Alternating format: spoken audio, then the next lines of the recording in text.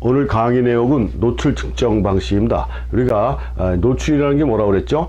빛을 조절하는 행위라고 그랬습니다. 그래서 사진은 빛에 의해서 이루어지는 매체이기 때문에 이 빛을 조절하는 행위는 완성된 사진을 만드는 데 있어서 상당히 중요한 기술적으로나 모든 면에서 굉장히 중요한 그런 파트가 이 노출 파트이기 때문에요.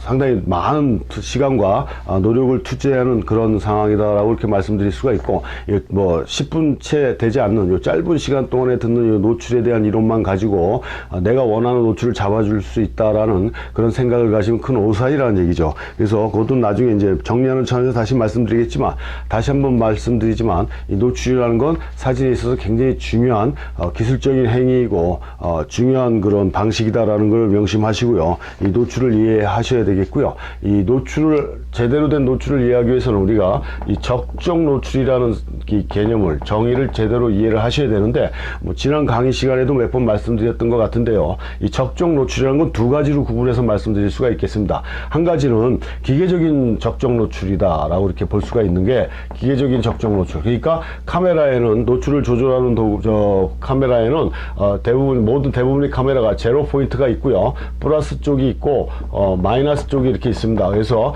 이 커서가 있어요. 움직이는 커서. 조리개나 셔터를 돌리다 보면 이 커서가 마이너스 쪽으로 가 있을 때가 있고 플러스 쪽으로 가 있을 때가 있습니다. 플러스 쪽으로 가 있는 거는 우리가 오버라고 얘기해요. 그러니까 노출 과다라고 얘기하는 거고요. 마이너스 쪽으로 가게 되면 언더에서 노출 부족이 되는 거거든요. 그래서 요 마이너스 쪽으로 가 있든 플러스 쪽으로 가 있든 요 커서를 제로 쪽으로 몰아서 제로 포인트에 오게 찍는 게 실질적으로 기계적인 카메라 상에서의 적정 노출이라고 얘기할 수가 있는 거고요. 이게 첫 번째 개념이고요.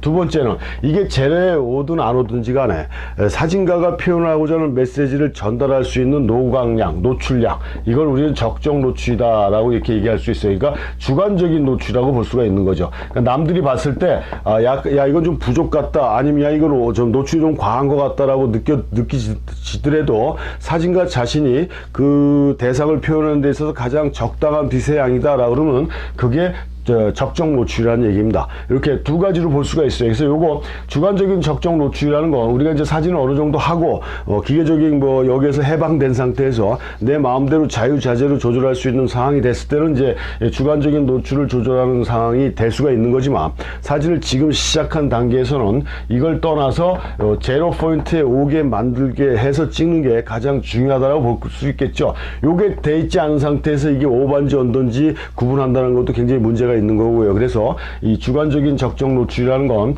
베이지, 기본적인 걸 끝내놓은 상태에서 내가 응용하는 방법이다라고 이렇게 보시면 되고, 근데 실질적으로 적정 노출에 대한 정의는 두 번째 얘기하는 사진가가 표현하고자 하는 메시지가 제대로 담겨있는 톤을 우리는 적정 노출이다라고 얘기할 수 있다라는 얘기입니다. 그렇지만 저희 지금 강의 내용에서의 적정 노출의 기준은 기계적으로 제로 포인트에 오게 만드는 걸 우리가 적정 노출이다라고 이렇게 말씀드릴 수가 있는 거고요.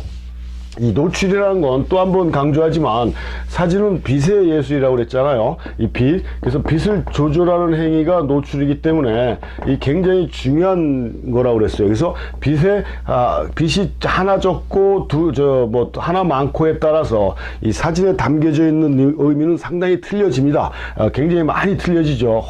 180도 바뀌는 경우도 있고요. 그래서 그만큼 카메라에 들어가는 이미지 센서나 필름에 맺히는 빛의 양에 따라 사진의 메시지가 바뀌기 때문에 이 노출 조절을 어떻게 하느냐에 따라서 이 사진적인 표현이 바뀐다라는 걸 명심하셔서 이 노출을 대충 그냥 적당하게 한다라는 건 있을 수 없는 일이라는 걸 강조해 드리면서, 여기서 하나 또 짚고 넘어가야 될 게 노출 관용도라는 게 있습니다. 노출 관용도.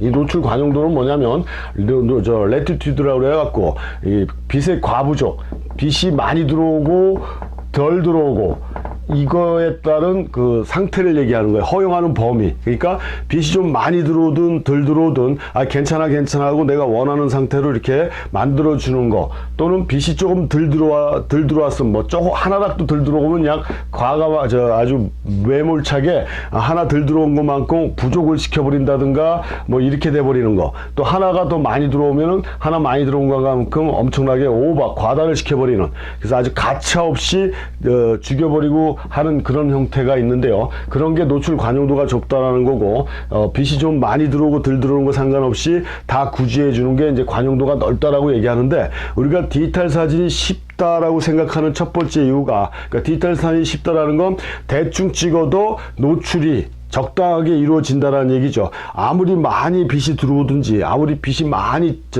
적게 들어와도 우리가 이미지를 컴퓨터나 프린트 하는데 이렇게 살려낼 수 있는 그 여력이 넓다라는 겁니다. 디지털이라는 게. 그러다 보니까 우리가 디지털 사진이 필름 사진보다 촬영하기가 쉽다라고 생각하는 거예요. 왜요? 노출 관용도가 넓기 때문에. 필름 사진은 노출 관용도가 굉장히 좁습니다. 굉장히 좁아요. 그래서 이 디지털 사진이 그만큼 노출 관용도 폭이 넓어져서, 그러니까 빛의 언더 오버를 허용하는 범위가 넓어져서 촬영하기가 훨씬 더 쉬워졌지만, 이 디지털 사진도 필름처럼 노출 관용도가 좁다라고 생각하고 노출 하나하나에 신경을 써서 촬영을 하다 보면 완성도가 높은 사진이 된다라는 건 두말하면 잔소리겠죠. 그러니까 디지털 사진도 필름 사진처럼 노출 관용도 폭이 좁아서 하나하나 섀도우나 하이라이트의 그 조명비의 차라든가 이런 것까지 다 체크하면서 촬영을 하면은 훨씬 더, 지금보다도 훨씬 더 완성도가 높은 디지털 사진을 만들어낼 수 있다라는 걸 명심하시고요. 노출에 대한 개념을 정확하게 파악하시는 게 중요하다는 얘기입니다. 그래서 물론 지난 시간까지 했던 것처럼 노출이라는 건 감도를 기준으로 조리개하고 셔터라는 단순한 두 가지의 기계 장치를 조절해서 작업을 하는 건데, 이걸 어떻게 세밀하게 조절하느냐에 따라 사진의 완성도가 틀려진다는 얘기겠죠. 그래서 이 조리개하고 셔터를 조절해서 노출을 측정하는 방식은 크게 입사식과 반사식으로 나눌 수가 있다는 얘기입니다. 쉽게 복잡하게 얘기할 필요 없이 쉽게 얘기해서 입사식은 주 대상에 들어오는 빛을 측정해 주는 거고요. 반사식은 주 대상에 들어왔다 나오는 빛을 측정해 주는 게 반사식이고, 입사식은 실질적으로 우리가 촬영하는 상황에서 쉽게 만날 수 있는 상황이 아니라는 얘기죠. 그러니까 스튜디오 촬영 같은 한정된 공간에서 조명을 조절하고 할 수 있는 이런 상황에서는 입사식이 대상에 접근할 수가 있기 때문에 훨씬 더 유리하게 사용할 수 있다는 얘기입니다. 그러니까 인물사진이나 스튜디오 정물 촬영 같은 경우에는 입사식이 훨씬 더 정확하지만, 실질적으로 우리가 그 야외에서 촬영하는 경우, 그러니까 자연 풍경을 찍는다든가, 뭐 야생 동물을 찍는다든가, 스포츠 사진을 찍는다든가, 뭐 거리 스냅을 찍는다든가 이랬을 때 우리 사진의 대부분을 차지하는 이런 사진에서는 입사식 노출 측정은 불가능하다는 얘기입니다. 연출이 아닌 이상에. 그런 경우에는 대부분이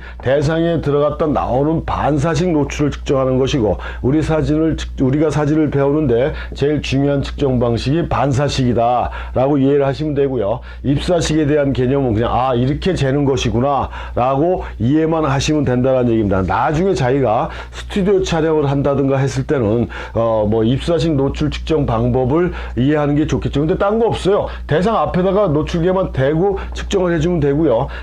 뒷배경이 밝기하고는 전혀 상관이 없이 여기에 들어오는 빛만 제대로 측정해 주는 거거든요. 그래서 입사식은 뭐 이것도 뭐 따로 이렇게 노출을 측정하는 방법을 배울 필요는 없지만 그냥 이렇게 이해를 하시면 되고요. 반사식은 이제 우리가 일반적인 촬영에서 가장 많이 사용하는 노출 측정 방식이기 때문에 어느 정도 입사식보다는 더 정확하게 이해를 해 주시는 게 좋다라는 얘기고, 이 반사식 같은 경우도 주 대상에 비해 배경이 밝다 그러면 노출을 여기서 오는 반사광보다 뒷 배경에서 오는 빛이 더 세기 때문에 이 주 대상이 어떻게 나옵니까? 부족. 그러니까 쉽게 얘기하면 전문적으로 하면 실루엣으로 나오죠. 검게 묘사가 된다는 얘기예요.